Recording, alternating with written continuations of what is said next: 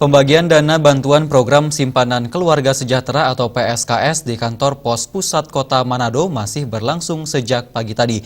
Kali ini giliran warga yang berasal dari Kecamatan Wanea dan Kecamatan Wenang yang dijadwalkan untuk mengambil uang bantuan sebesar Rp600.000 tersebut. Namun disayangkan tidak semua warga kurang mampu mendapat dana tersebut.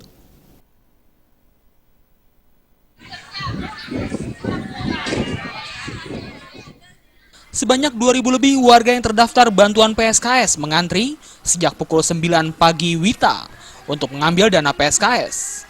Baik tua maupun muda berbondong-bondong mendatangi dan memadati kantor pos pusat kota Manado.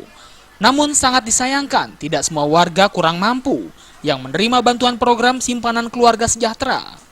Justru penerima bantuan dana PSKS kebanyakan dari golongan orang yang mampu dan tidak layak untuk menerima program dari pemerintah ini.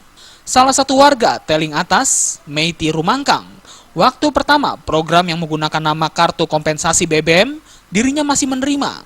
Namun saat diganti dengan bantuan PSKS, dirinya sudah tak terdaftar lagi. Kenapa dong sampai orang ada kita pembantu senjata, ada kita itu orang yang perlu dibantu memang toh. Kenapa ini sudah ada? Tidak dapat ini, seberapa kali ini kartu ini tak gaji, seberapa kali terima?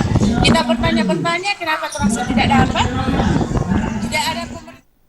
Sementara itu warga Ranotana, Weru, Alce Pongilatan mengaku sangat senang mendapatkan bantuan kartu PSKS. Apalagi saat ini harga BBM kembali mengalami kenaikan.